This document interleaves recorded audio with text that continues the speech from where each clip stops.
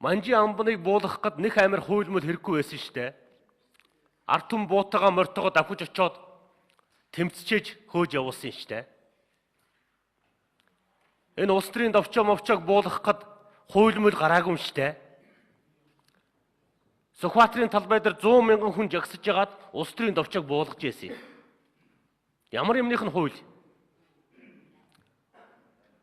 Өрмийн Чаушескийг буулгах гэд нэг хуйлмал гаргаагүй штэ. Ард түмэн авгайтайгаа очоод Чаушескийг авгайтай буудаж алаад буулгаж ийсэн.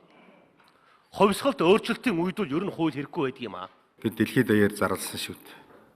Бид ч хууль эрх зүйт одоо төртөө ийм ус орон гэдэг ингээд зарласан. Тэгээ сүүлийн үед болж байгаа зүйлүүдийг бол ингээд хараад байхад бол хууль хэрэггүй гэдэг үгийг ер нь дээр доргүй их ярьдаг болж байна. Энэ бол буруу шүү. Ер нь намайг бол миний гэр бүлийн хүнтэй хамт буутахаар төлөвлөж байгаа юм байна л да.